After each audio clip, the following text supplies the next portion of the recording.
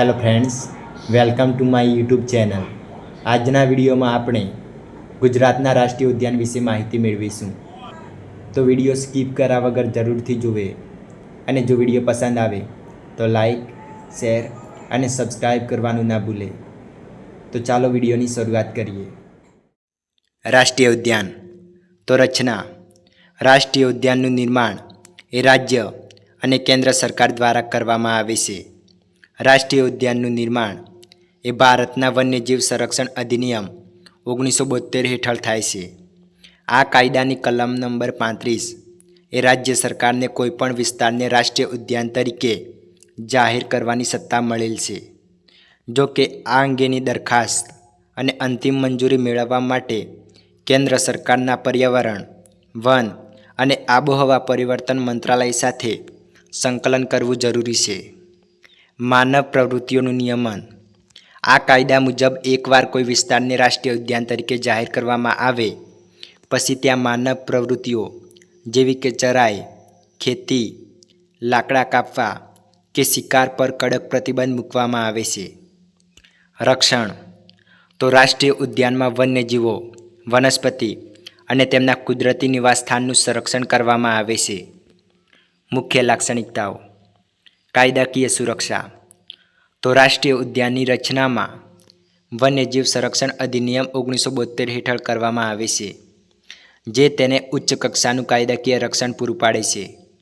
મર્યાદિત માનવ પ્રવૃત્તિ તો આ વિસ્તારમાં શિકાર, પશુઓ ચરાવવા, ખેતી કરવી કે લાકડા કાપવા જેવી તમામ પ્રવૃત્તિઓ પર સખત પ્રતિબંધ હોય છે. કોઈ માનવ વસવાટ નહીં. રાષ્ટ્રીય ઉદ્યાનની સીમામાં કોઈ પણ વ્યક્તિ કાયમી વસવાટ કરી શકતો નથી. જો કોઈ વસવાટ હોય તો તેમને ત્યાંથી ખસેડવામાં આવે છે. વનસ્પતિ અને પ્રાણીઓનું રક્ષણ. રાષ્ટ્રીય ઉદ્યાન એ માત્ર પ્રાણીઓનું જ નહીં પરંતુ ત્યાંની તમામ વનસ્પતિઓ અને તેમના કુદરતી નિવાસસ્થાનનું પણ રક્ષણ કરે છે. પ્રવાસી પ્રવૃત્તિ. પર્યટન અને શૈક્ષણિક હેતુઓ માટે મર્યાદિત અને નિયંત્રિત પ્રવેશની મંજૂરી હોય છે, જેથી પર્યાવરણને નુકસાન ન થાય. વૈજ્ઞાનિક સંશોધન. આ ઉદ્યાનો એ જૈવ વિવિધતા, પર્યાવરણ અને વન્યજીવો પર વૈજ્ઞાનિક સંશોધન કરવા માટે આદર્શ સ્થળો છે. પ્રકારમાં સુધારો તો રાષ્ટ્રીય ઉદ્યાન એ અભયારણ્યમાં પરિવર્તન પામી ન શકે, જ્યારે અભયારણ્ય એ રાષ્ટ્રીય ઉદ્યાનમાં પરિવર્તન પામી શકે છે. IUCNની સ્થિતિ તો રાષ્ટ્રીય ઉદ્યાનના વન્યજીવો અને વનસ્પતિઓ એ સંરક્ષિત વિસ્તારોની દ્વિતીય શ્રેણીમાં આવે છે. સીમાઓ તો આ કાયદા દ્વારા રાષ્ટ્રીય ઉદ્યાનની સ્પષ્ટ સીમાઓ દર્શાવવામાં આવે છે. રાષ્ટ્રીય ઉદ્યાનની સ્થાપના શા માટે કરવામાં આવી હતી? રાષ્ટ્રીય ઉદ્યાનની સ્થાપના એ માનવ પ્રવૃત્તિઓથી પ્રકૃતિ અને તેના જીવોને થતું નુકસાન અટકાવવા અને ભવિષ્યની પેઢીઓ માટે કુદરતી વારસાને જાળવી રાખવા માટે કરવામાં આવી છે. રાષ્ટ્રીય ઉદ્યાનનો ઇતિહાસ. વૈશ્વિક ઇતિહાસ તો રાષ્ટ્રીય ઉદ્યાનની શરૂઆત એ સૌપ્રથમ યુનાઇટેડ સ્ટેટ ઓફ અમેરિકામાં થઈ હતી. ઈસવીસન 1872માં અમેરિકામાં વિશ્વનો પ્રથમ યલોસ્ટોન રાષ્ટ્રીય ઉદ્યાનની સ્થાપના કરવામાં આવી હતી. આ ઉદ્યાનનો હેતુ એ પ્રકૃતિની અદ્ભુત રચનાઓ અને વન્યજીવોને ભવિષ્યની પેઢીઓ માટે સાચવવાનો હતો.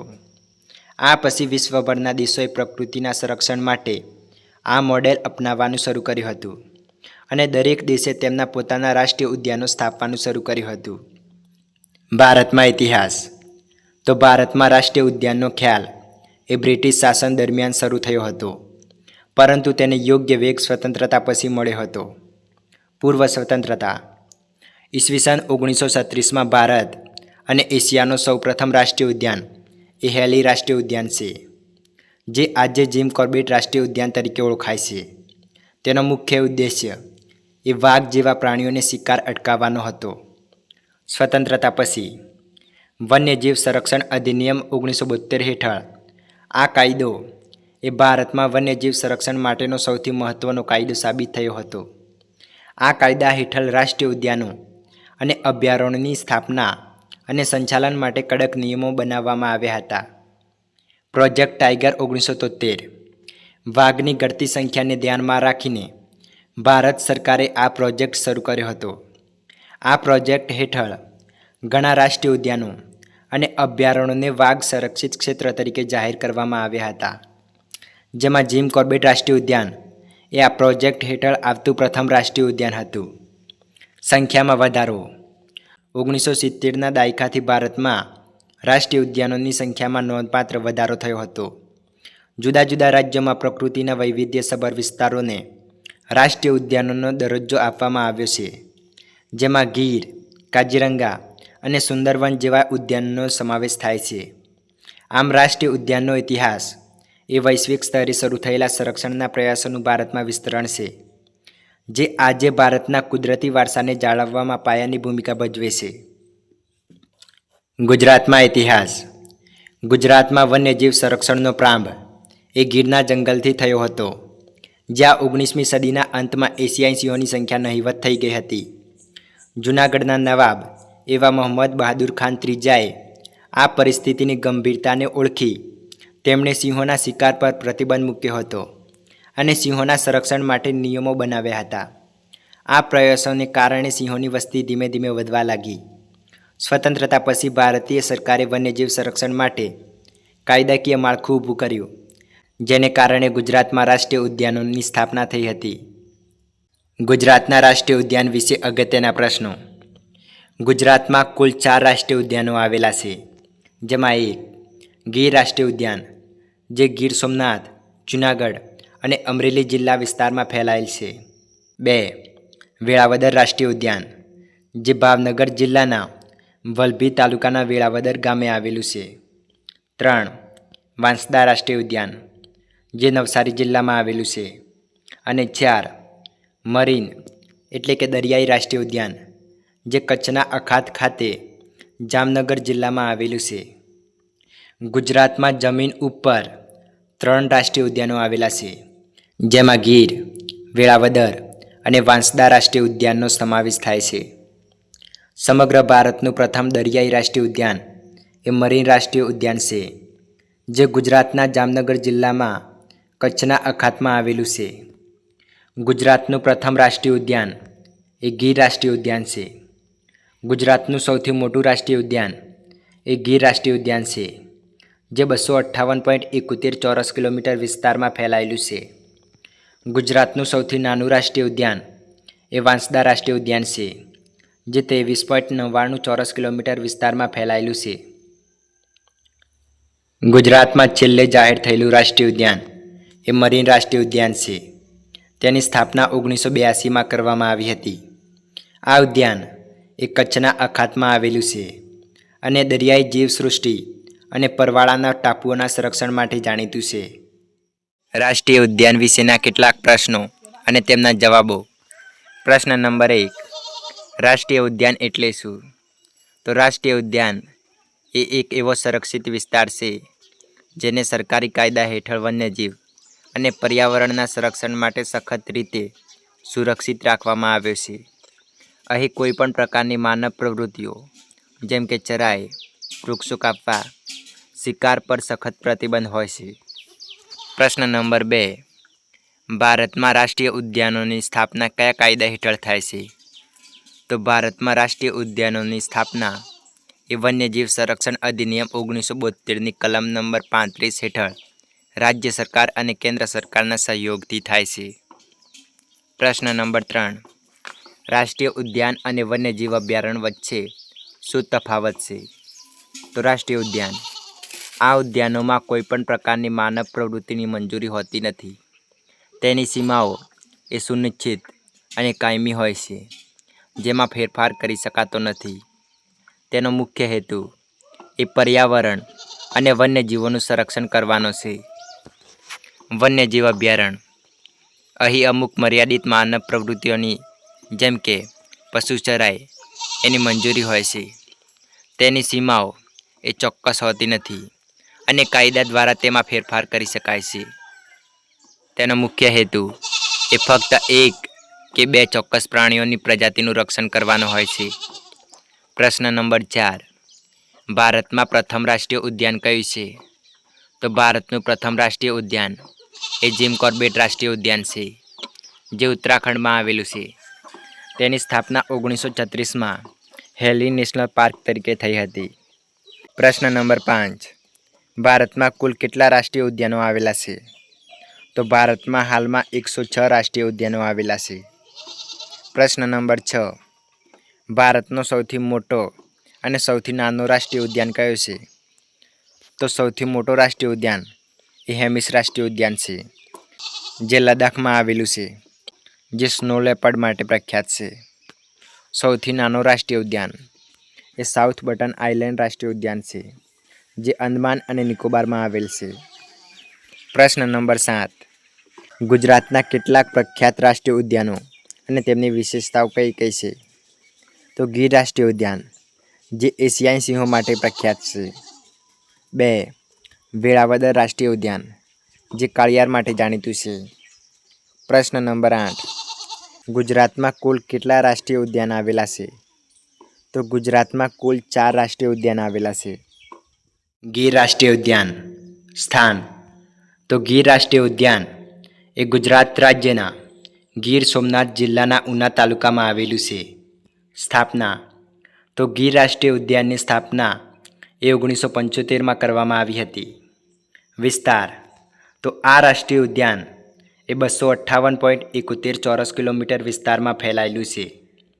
સિંહોની ઘટતી સંખ્યાને ધ્યાનમાં રાખીને 18 સપ્ટેમ્બર 1965ની અંદર ગીર વન્યજીવ અભયારણ્યની સ્થાપના કરવામાં આવી હતી, જેનો કુલ વિસ્તાર એ 1412 ચોરસ કિલોમીટર હતો, એટલે કે 545 ચોરસ માઇલ હતો, જેમાંથી 258.71 ચોરસ કિલોમીટર વિસ્તારને સંપૂર્ણપણે રાષ્ટ્રીય ઉદ્યાન તરીકે સુરક્ષિત કરવામાં આવ્યો હતો અને 1153 ચોરસ કિલોમીટર વિસ્તારમાં ગીર વન્યજીવ અભયારણ્ય આવેલું છે. નદીઓ. તો ગીરના જંગલોમાંથી મુખ્ય 7 નદીઓ વહે છે, જેમાં હરી, શેત્રુંજી, દાતરડી, સિંગોડા, મસુંદરી, રાવલ અને ગોદાવરી નદીઓનો સમાવેશ થાય છે. જળાશયો. તો આ વિસ્તારમાં 4 જળાશયો પર એક ડેમ બાંધવામાં આવેલો છે, જેમાં આ વિસ્તારનો સૌથી મોટો ડેમ એ કમલેશ્વર ડેમ છે, જેને ગીરના જંગલની જીવાદોરી તરીકે ઓળખવામાં આવે છે. વનસ્પતિ અને વૃક્ષો. આ રાષ્ટ્રીય ઉદ્યાન એ સૂકા પાનખર જંગલોથી બનેલું છે. અહીં મુખ્યત્વે સાગ, ખેર, ખેરીઓ, સીસમ અને અન્ય વૃક્ષો પણ જોવા મળે છે. મુખ્ય પ્રાણીઓ. એશિયાઈ સિંહ, દીપડો, ચિત્તલ, સાબર, નીલગાય, સૌચિંગા, વાંદરા, કાળિયાર, ચિંકારા, બિલાડી વગેરે પ્રાણીઓ એ આ રાષ્ટ્રીય ઉદ્યાનના મુખ્ય પ્રાણીઓ છે. એશિયાઈ સિંહોની સંખ્યા. ગુજરાતમાં એશિયાઈ સિંહોની 16મી વસ્તી ગણતરી એ મે 2025માં ગુજરાતના વન વિભાગ દ્વારા કરવામાં આવી હતી. ગુજરાતમાં કુલ 891 સિંહો નોંધાયા છે, જે 2020ની ગણતરી કરતાં 32.2%નો નોંધપાત્ર વધારો દર્શાવે છે. સિંહોનો વસવાટ એ હવે 35,000 ચોરસ કિલોમીટરના વિસ્તારમાં ફેલાયેલો છે, જે 2020માં 30,000 ચોરસ કિલોમીટરમાં હતો. આ વિસ્તાર એ ગુજરાતના 11 જિલ્લાના 58 તાલુકાઓને આવરી લે છે. કુલ સિંહોમાંથી 384 સિંહો એ સંરક્ષિત વિસ્તારો જેમ કે ગીર રાષ્ટ્રીય ઉદ્યાનની અંદર આવેલા છે, જ્યારે 507 સિંહો એ બિન જંગલ વિસ્તારોમાં વસવાટ કરે છે. આ દર્શાવે છે કે 44.22% સિંહો એ હવે સંરક્ષિત વિસ્તારોની બહાર રહે છે. પ્રથમ વખત બરડા વન્યજીવ અભયારણ્યમાં 17 સિંહો નોંધાયા છે, જે 1879 પછીનો પ્રથમ કિસ્સો છે. આ ઉપરાંત જેતપુર અને બાબરા જસદણ જેવા વિસ્તારોમાં પણ નવી સિંહ વસાહતો જોવા મળે છે. ગુજરાતમાં એશિયાઈ સિંહોની સૌથી વધુ સંખ્યા એ મુખ્યત્વે ગીરના જંગલોમાં જોવા મળે છે, જેનો વિસ્તાર જૂનાગઢ, ગીર સોમનાથ અને અમરેલી એમ 3 જિલ્લાઓમાં ફેલાયેલો છે. ગુજરાતમાં સૌથી વધુ સિંહ એ અમરેલી જિલ્લામાં આવેલા છે. ગીર રાષ્ટ્રીય ઉદ્યાનનો ઇતિહાસ. ગીરનું જંગલ એ હજારો વર્ષોથી એશિયાઈ સિંહોનું કુદરતી નિવાસસ્થાન રહ્યું છે. 19મી સદીના અંત સુધીમાં અંગ્રેજો અને ભારતીય રાજાઓ દ્વારા થતા બેફામ શિકારને કારણે સિંહોની સંખ્યામાં ભારે ઘટાડો થયો હતો. એક અંદાજ મુજબ 1900ના દાયકાની શરૂઆતમાં સમગ્ર ભારતમાં માત્ર 100 જેટલા જ સિંહ બચ્યા હતા, જેમાંથી મોટાભાગના ગીરના જંગલોમાં હતા. આ ગંભીર પરિસ્થિતિને કારણે સિંહો લુપ્ત થવાની અણી પર આવી ગયા હતા. આ સમયે જૂનાગઢના તત્કાલીન નવાબ એવા મોહમ્મદ મહાબત ખાન ત્રીજાએ સિંહોના સંરક્ષણ માટે મહત્ત્વપૂર્ણ પગલાં લીધા હતા. તેમણે શિકાર પર સંપૂર્ણ પ્રતિબંધ મૂક્યો હતો અને સિંહોની સુરક્ષા માટે કડક નિયમો બનાવ્યા હતા. નવાબે આ વિસ્તારમાં સિંહોની ગણતરી પણ શરૂ કરાવી હતી, જેના કારણે તેમની સંખ્યા વિશે ચોક્કસ માહિતી મળી શકે. નવાબના આ પ્રયાસોને કારણે સિંહોની વસ્તીમાં ધીમે ધીમે વધારો થવા લાગ્યો હતો. ગીર રાષ્ટ્રીય ઉદ્યાનનો વિકાસ. વન્યજીવ સંરક્ષણ અધિનિયમ 1972 હેઠળ ગીર અભયારણ્યના મુખ્ય વિસ્તારને 1975માં ગીર રાષ્ટ્રીય ઉદ્યાન તરીકે જાહેર કરવામાં આવ્યું હતું. રાષ્ટ્રીય ઉદ્યાનનો દરજ્જો મળવાથી આ વિસ્તારમાં માનવ વસાહતો, લાકડા કાપવા અને પશુ ચરાવવા જેવી પ્રવૃત્તિઓ પર વધુ કડક પ્રતિબંધ મૂકવામાં આવ્યો હતો. આ પગલાંને કારણે ગીરની ઇકોસિસ્ટમ અને જૈવ વિવિધતાનું સંરક્ષણ વધુ સુદૃઢ બન્યું હતું. વિશેષ: આ રાષ્ટ્રીય ઉદ્યાન એ એશિયાઈ સિંહનું એકમાત્ર કુદરતી નિવાસસ્થાન છે અને તેથી તે વિશ્વભરમાં જાણીતું છે. આ રાષ્ટ્રીય ઉદ્યાન એ ગુજરાતનું પ્રથમ રાષ્ટ્રીય ઉદ્યાન છે. ગુજરાતનું સૌથી મોટું રાષ્ટ્રીય ઉદ્યાન એ ગીર રાષ્ટ્રીય ઉદ્યાન છે. ગીર રાષ્ટ્રીય ઉદ્યાનને સાસણગીર તરીકે પણ ઓળખવામાં આવે છે. સિંહોની સૌપ્રથમ વસ્તી ગણતરી એ 1936માં કરવામાં આવી હતી. આ ગણતરી એ જૂનાગઢના નવાબ દ્વારા તેમના પ્રયાસોના ભાગરૂપે કરવામાં આવી હતી, જેનો મુખ્ય ઉદ્દેશ્ય એ સિંહોની ઘટતી સંખ્યાને ચોક્કસ અંદાજ મેળવવાનો હતો. ત્યારબાદ ભારત સરકારના વન વિભાગ દ્વારા 1965થી દર 5 વર્ષે સિંહોની નિયમિત વસ્તી ગણતરી કરવામાં આવે છે. આ વખતે 16મી સિંહોની વસ્તી ગણતરી કરવામાં આવી હતી. તેમાં 11 જિલ્લાના 58 તાલુકાના કુલ 35,000 ચોરસ કિલોમીટર વિસ્તારને આવરી લેવાયો હતો.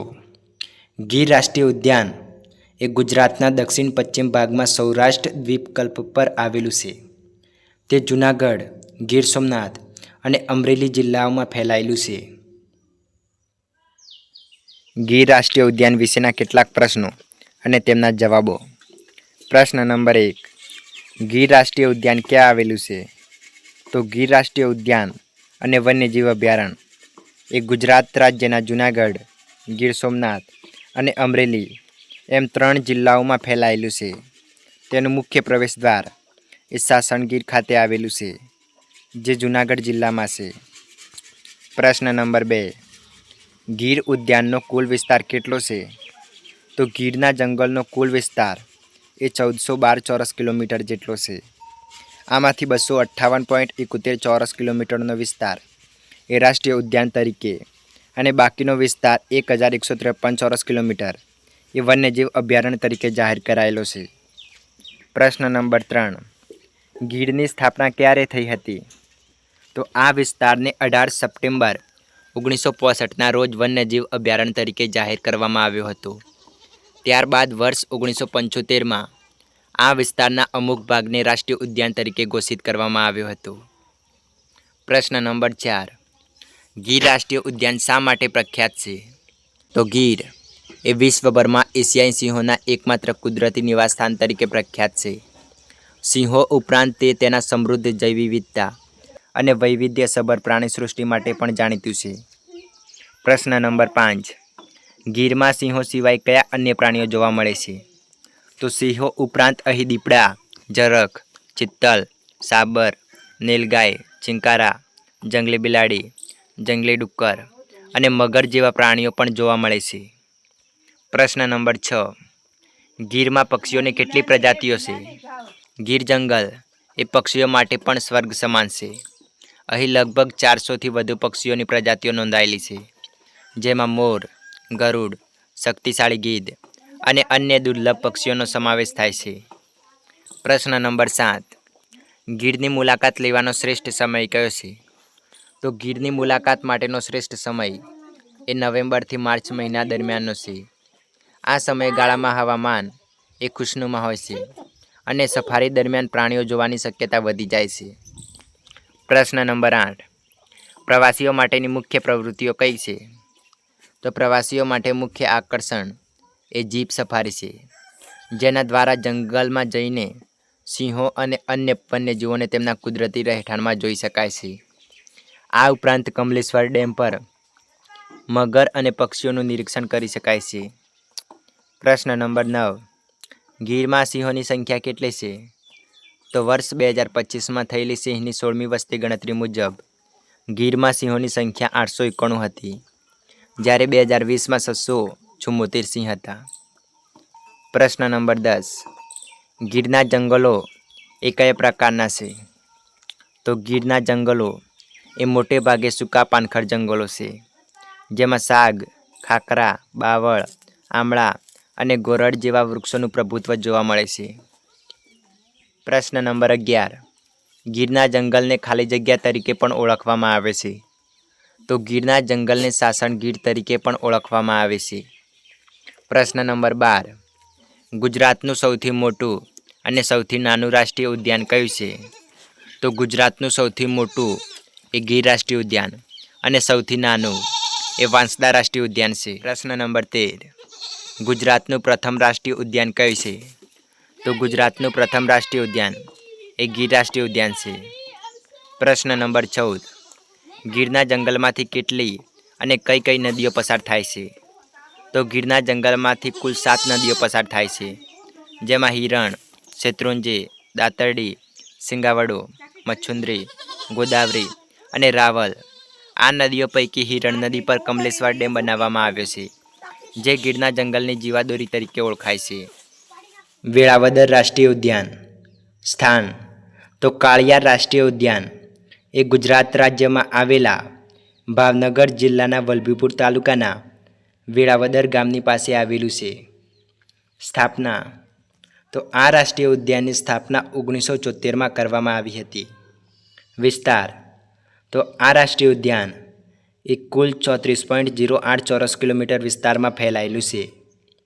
જુલાઈ 1974માં જ્યારે આ ઉદ્યાનની સ્થાપના કરવામાં આવી, ત્યારે આરક્ષિત ક્ષેત્રનો વિસ્તાર એ માત્ર 17.88 ચોરસ કિલોમીટર જેટલો હતો. સમયાંતરે 1980માં વધારાના 16.22 ચોરસ કિલોમીટર ક્ષેત્રને તેમાં ઉમેરવામાં આવ્યું, જેથી તેનું કુલ ક્ષેત્રફળ એ 34.08 ચોરસ કિલોમીટર થયું હતું. મુખ્ય વન્યજીવો જેમાં કાળિયાર, નીલગાય, વરુ, ખડમોર, હેરિયળ, ચિંકારા અને શિકારી પક્ષીઓ વગેરે આ રાષ્ટ્રીય ઉદ્યાનના મુખ્ય પ્રાણીઓ છે. આ રાષ્ટ્રીય ઉદ્યાન એ કાળિયારની વિશ્વની સૌથી મોટી વસ્તીમાંથી એક ધરાવે છે. કાળિયારના નર પ્રાણીઓ એ કાળા રંગના હોય છે અને તેમના શિંગડા એ સર્પાકાર હોય છે, જ્યારે માદા અને બચ્ચા એ ભૂરા રંગના હોય છે.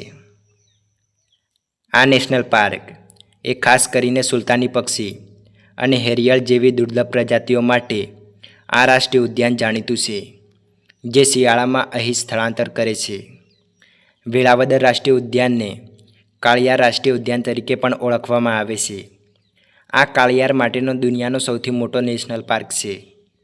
વનસ્પતિ તો આ રાષ્ટ્રીય ઉદ્યાન એ મુખ્યત્વે ઘાસના મેદાનો એટલે કે ગ્રાસલેન્ડ, ખુલ્લા મેદાનો અને ઝાડીઓથી બનેલું છે, તેથી અહીં ઘાસનું પ્રમાણ વધુ છે.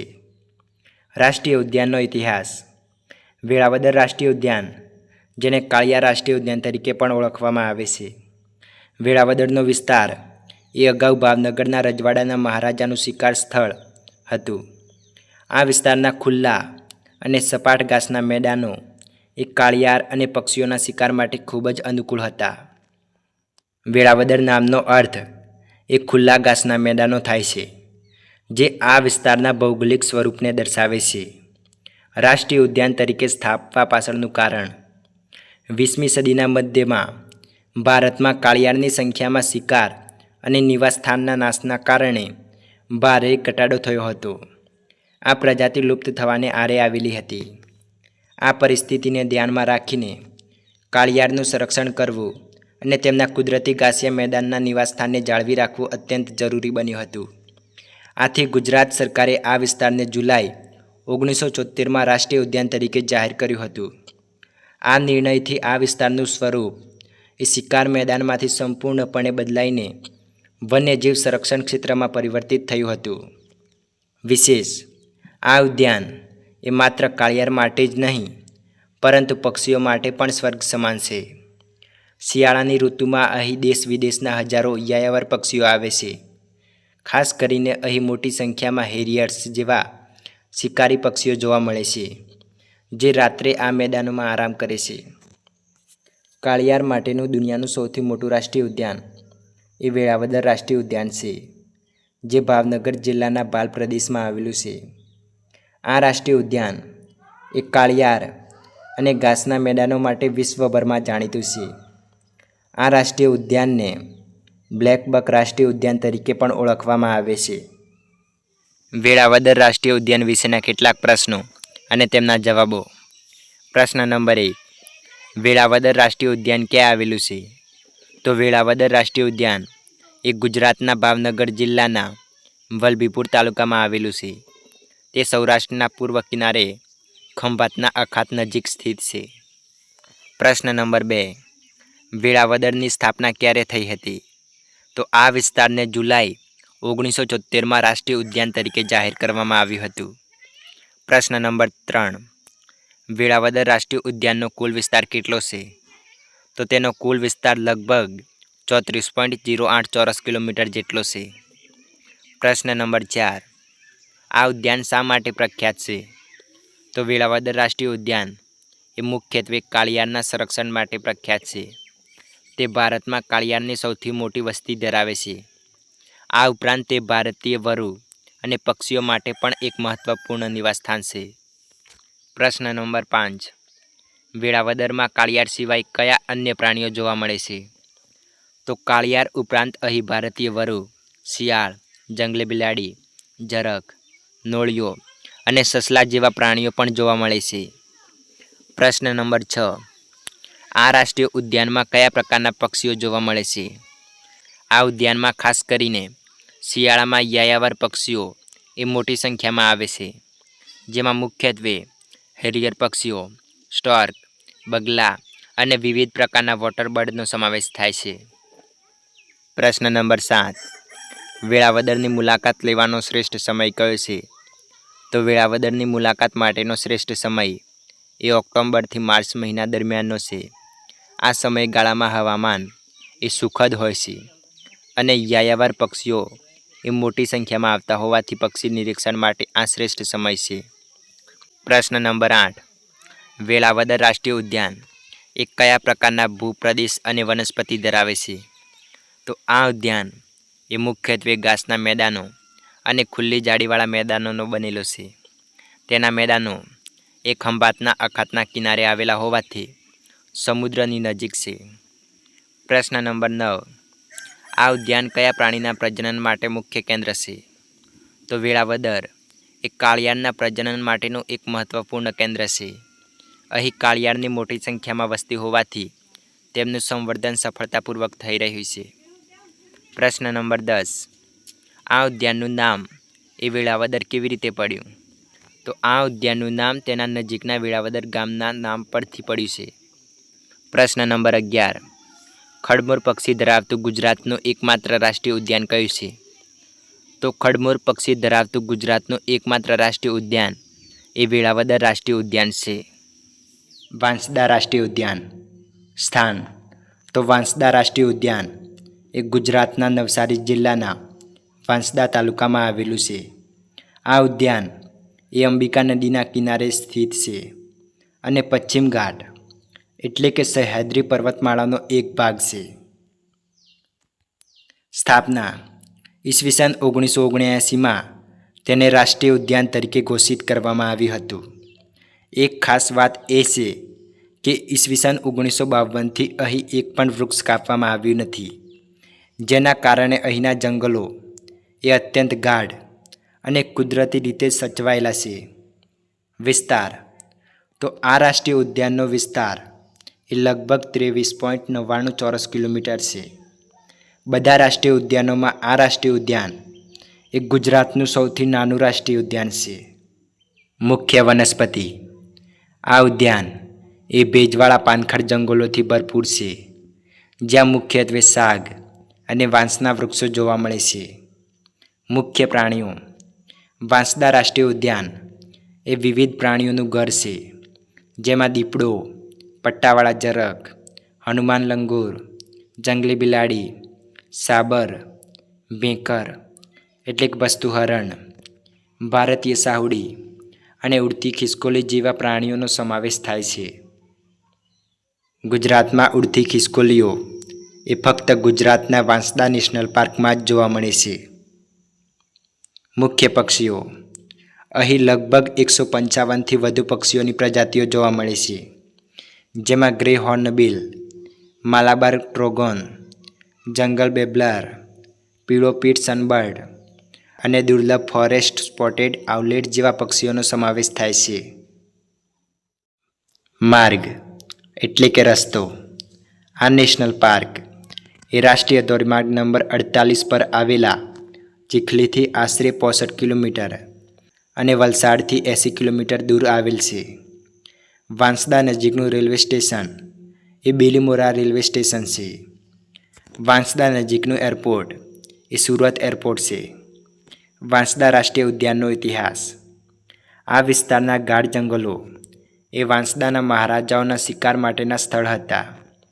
રાજાઓએ આ જંગલોની જાળવણી પણ કરી હતી અને અહીંના પ્રાણી સૃષ્ટિનું રક્ષણ કરવા માટે કેટલાક નિયમો બનાવ્યા હતા. એવું કહેવામાં આવે છે કે 1952થી આજ દિન સુધી આ વિસ્તારમાં એક પણ વૃક્ષ કાપવામાં આવ્યું નથી. આ પરંપરા એ મહારાજાઓના સમયથી શરૂ થઈ હતી, જે બાદમાં સરકારી કાયદાઓ દ્વારા પણ જાળવી રાખવામાં આવી છે. આ કારણે અહીંના જંગલો એ અત્યંત ગાઢ અને અકબંધ રહી શક્યા છે. વન્યજીવ અભયારણ્ય તરીકેની ઘોષણા. વાંસદાના આ ગાઢ જંગલોની જૈવ વિવિધતા અને સ્થાનિક પ્રાણી સૃષ્ટિના કારણે 1973માં આ જંગલોનું વાંસદા વન્યજીવ અભયારણ્ય તરીકે ઘોષિત કરવામાં આવ્યું હતું. રાષ્ટ્રીય ઉદ્યાન તરીકેની ઘોષણા. વન્યજીવ અભયારણ્ય તરીકે કેટલાક વર્ષો સુધી સફળતાપૂર્વક સંચાલન કર્યા બાદ આ વિસ્તારની જૈવ વિવિધતા અને ઇકોલોજીકલ મહત્ત્વને વધુ સારી રીતે સંરક્ષિત કરવા માટે 21 માર્ચ 1979ના રોજ વાંસદા વન્યજીવ અભયારણ્યને વાંસદા રાષ્ટ્રીય ઉદ્યાન જાહેર કરવામાં આવ્યું હતું. વિશેષ. સરા લાઇન એટલે કે દક્ષિણ ગુજરાતના નવસારી જિલ્લાના બીલીમોરા શહેર અને ડાંગ જિલ્લાના વઘઈ ગામ વચ્ચેના નેરોગેજ રેલવે કાર્યરત છે. આ રેલવેની સ્થાપના એ ડાંગ જિલ્લામાંથી ઇમારતી લાકડા લાવવાના હેતુથી કરવામાં આવી હતી. આ રેલવે એ વાંસદા તાલુકાના સરા ગામમાંથી પસાર થાય છે, જેને સરા લાઇન તરીકે પણ ઓળખવામાં આવે છે. આ રાષ્ટ્રીય ઉદ્યાનમાં 1997 સુધી વાઘ જોવા મળતો હતો. અહીં સ્થાનિક ભાષામાં કટચ તરીકે ઓળખાતા વાંસના જંગલો આવેલા છે. વાંસદા રાષ્ટ્રીય ઉદ્યાન એ અંબિકા નદી કિનારે આવેલ છે. વાંસદા રાષ્ટ્રીય ઉદ્યાન વિશેના કેટલાક પ્રશ્નો અને તેમના જવાબો. પ્રશ્ન નંબર 1. વાંસદા રાષ્ટ્રીય ઉદ્યાન એ ગુજરાતના કયા જિલ્લામાં આવેલું છે? તો આ ઉદ્યાન એ ગુજરાતના નવસારી જિલ્લામાં વાંસદા તાલુકામાં આવેલું છે. પ્રશ્ન નંબર 2. આ રાષ્ટ્રીય ઉદ્યાનની સ્થાપના કયા વર્ષમાં થઈ હતી? તો તેને 21 માર્ચ 1979ના રોજ રાષ્ટ્રીય ઉદ્યાન તરીકે ઘોષિત કરવામાં આવ્યું હતું. પ્રશ્ન નંબર 3. વાંસદા રાષ્ટ્રીય ઉદ્યાન એ કયા પ્રકારના જંગલનું પ્રતિનિધિત્વ કરે છે? તે ભેજવાળા પાનખર જંગલોનું પ્રતિનિધિત્વ કરે છે, જેમાં મુખ્યત્વે સાગ અને વાંસના વૃક્ષો જોવા મળે છે. પ્રશ્ન નંબર 4. આ ઉદ્યાનનો કુલ વિસ્તાર કેટલો છે? તો તેનો કુલ વિસ્તાર એ 23.99 ચોરસ કિલોમીટર છે, જે તેને ગુજરાતના સૌથી નાના રાષ્ટ્રીય ઉદ્યાનોમાંનો એક બનાવે છે. પ્રશ્ન નંબર 5. વાંસદા રાષ્ટ્રીય ઉદ્યાનમાં કયા મુખ્ય પ્રાણીઓ જોવા મળે છે?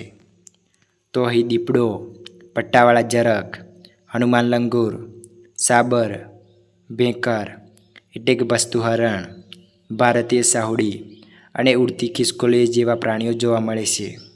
પ્રશ્ન નંબર 6. અહીં કયા દુર્લભ પક્ષીઓ જોવા મળે છે? આ ઉદ્યાન એ પક્ષી નિરીક્ષકો માટે સ્વર્ગ સમાન છે, જ્યાં ગ્રે હોર્નબિલ, મલબાર ટ્રોગોન અને દુર્લભ ફોરેસ્ટ સ્પોટેડ આઉલેટ જેવા પક્ષીઓ જોવા મળે છે. પ્રશ્ન નંબર 7. વાંસદા ઉદ્યાન એ કઈ નદીના કિનારે આવેલું છે? તો આ ઉદ્યાન એ અંબિકા નદીના કિનારે આવેલું છે. પ્રશ્ન નંબર 8. પ્રવાસીઓ માટે મુલાકાત લેવાનો શ્રેષ્ઠ સમય કયો છે? તો નવેમ્બરથી ફેબ્રુઆરી દરમિયાન વાંસદા રાષ્ટ્રીય ઉદ્યાનની મુલાકાત લેવાનો શ્રેષ્ઠ સમય છે. પ્રશ્ન નંબર 9. આ ઉદ્યાન એ કયા રાષ્ટ્રીય ધોરીમાર્ગ નજીક આવેલું છે? તો તે રાષ્ટ્રીય ધોરીમાર્ગ નંબર 48 એટલે કે પહેલા નેશનલ હાઈવે નંબર 8 પર આવેલા ચીખલી શહેરથી લગભગ 65 કિલોમીટરના અંતરે આવેલું છે. પ્રશ્ન નંબર 10. આ ઉદ્યાનમાં ક્યાં સુધી વાઘ જોવા મળતો હતો? તો 1997 સુધી. પ્રશ્ન નંબર 11. વાંસદા રાષ્ટ્રીય ઉદ્યાનમાં ક્યારથી એક પણ વૃક્ષ કાપવામાં આવ્યું નથી? તો 1952થી. મરીન રાષ્ટ્રીય ઉદ્યાન સ્થાન. તો આ રાષ્ટ્રીય ઉદ્યાન એ ગુજરાતના દેવભૂમિ દ્વારકા અને જામનગર જિલ્લાના દરિયા કિનારે આવેલા કચ્છના અખાતમાં સૌરાષ્ટ્ર તરફ સ્થિત છે. સ્થાપના. તો આ રાષ્ટ્રીય ઉદ્યાનની સ્થાપના 1982માં કરવામાં આવી હતી. વિસ્તાર. તો આ રાષ્ટ્રીય ઉદ્યાનનો કુલ વિસ્તાર એ 162.89 ચોરસ કિલોમીટર છે. મુખ્ય પ્રાણીઓ: જેલીફિશ, દરિયાઈ ઘોડો, ઓયસ્ટર, ઓક્ટોપસ, મોતી આપતી કાલુ માછલી, ડોલ્ફિન, સ્ટારફિશ વગેરે જોવા મળે છે. મુખ્ય ઉદ્દેશ્ય: આ ઉદ્યાનની સ્થાપના પાછળનો મુખ્ય ઉદ્દેશ્ય એ પરવાળાના ટાપુઓ, મેંગ્રોવ જંગલો, દરિયાઈ જીવો જેમ કે ડોલ્ફિન, ડુંગોગ, કાચબા વગેરે અને પક્ષીઓનું સંરક્ષણ કરવાનો હતો. વિશેષતા: આ રાષ્ટ્રીય ઉદ્યાન એ દરિયાઈ જીવસૃષ્ટિ માટેનું ભારતનું પ્રથમ અને ગુજરાતનું એકમાત્ર નેશનલ પાર્ક છે. આ વિસ્તાર એ ઓક્ટોપસ, મોતી આપતી કાલુ માછલી અને ડોલ્ફિન માટે જાણીતું છે. આ વિસ્તારની અંદર 42 જેટલા નાના મોટા ટાપુઓ આવેલા છે, જ્યાં પરવાળાના ટાપુઓ પણ જોવા મળે છે. આ રાષ્ટ્રીય ઉદ્યાનમાં નરરા અને પિરોટન ટાપુ આવેલા છે. આ રાષ્ટ્રીય ઉદ્યાન એ ખારા પાણી, પરવાળાના ટાપુઓ અને મેંગ્રોવ જંગલો માટે પ્રખ્યાત છે. ઇતિહાસ: વન્યજીવ અભયારણ્ય તરીકેની સ્થાપના ભારતના દરિયાકાંઠાના વિસ્તારોમાં પર્યાવરણ અને જૈવ વિવિધતાના સંરક્ષણની જરૂરિયાતને ધ્યાનમાં રાખીને ગુજરાત સરકારે કચ્છના અખાતના દરિયાઈ વિસ્તાર અને આસપાસના ટાપુઓને સંરક્ષિત કરવાનું નક્કી કર્યું હતું. આથી 1980માં જામનગર અને દેવભૂમિ દ્વારકા જિલ્લાના દરિયાઈ વિસ્તારને મરીન વન્યજીવ અભયારણ્ય તરીકે જાહેર કરવામાં આવ્યું હતું. રાષ્ટ્રીય ઉદ્યાન તરીકેની સ્થાપના.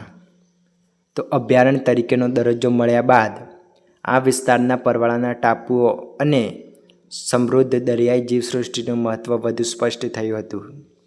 તેથી ગુજરાત સરકાર દ્વારા 1982માં આ અભયારણ્યના એક ભાગને મરીન રાષ્ટ્રીય ઉદ્યાન તરીકે જાહેર કરવામાં આવ્યું હતું. આ ઘોષણા સાથે તે ભારતનો પ્રથમ દરિયાઈ રાષ્ટ્રીય ઉદ્યાન બન્યો હતો. મરીન રાષ્ટ્રીય ઉદ્યાન વિશેના કેટલાક પ્રશ્નો અને તેમના જવાબો. પ્રશ્ન નંબર 1. મરીન રાષ્ટ્રીય ઉદ્યાન ક્યાં આવેલું છે? તો આ ઉદ્યાન એ ગુજરાતના જામનગર અને દેવભૂમિ દ્વારકા જિલ્લાના દરિયા કિનારે કચ્છના અખાતમાં આવેલું છે. પ્રશ્ન નંબર 2. આ ઉદ્યાનની સ્થાપના ક્યારે થઈ હતી? તો 1980માં તેને મરીન વન્યજીવ અભયારણ્ય તરીકે જાહેર કરવામાં આવ્યું હતું અને ત્યારબાદ 1982માં તેને રાષ્ટ્રીય ઉદ્યાનનો દરજ્જો આપવામાં આવ્યો હતો. પ્રશ્ન નંબર 3. મરીન રાષ્ટ્રીય ઉદ્યાન શા માટે પ્રખ્યાત છે? તો મરીન રાષ્ટ્રીય ઉદ્યાન એ ભારતનો પ્રથમ દરિયાઈ રાષ્ટ્રીય ઉદ્યાન છે. તે પરવાળાના ટાપુઓ, મેંગ્રોવ જંગલો અને સમૃદ્ધ દરિયાઈ જીવસૃષ્ટિ માટે જાણીતું છે. પ્રશ્ન નંબર 4. આ ઉદ્યાનમાં કયા પ્રકારના દરિયાઈ જીવો જોવા મળે છે? તો અહીં દરિયાઈ કાચબા, ઓક્ટોપસ, જેલીફિશ, સ્ટારફિશ, વિવિધ પ્રકારની માછલીઓ અને દરિયાઈ સસ્તન પ્રાણીઓ જેવા કે ડોલ્ફિન અને ડુંગોગ એટલે કે દરિયાઈ ગાય જોવા મળે છે. પ્રશ્ન નંબર 5. અહીં કુલ કેટલા ટાપુઓ આવેલા છે? તો આ ઉદ્યાનના વિસ્તારમાં કુલ 42 ટાપુઓ આવેલા છે, જેમાંથી મોટાભાગના પરવાળાના ટાપુઓ આવેલા છે, જેમાં પિરોટન ટાપુ એ પ્રવાસીઓ માટે ખાસ આકર્ષણનું કેન્દ્ર છે.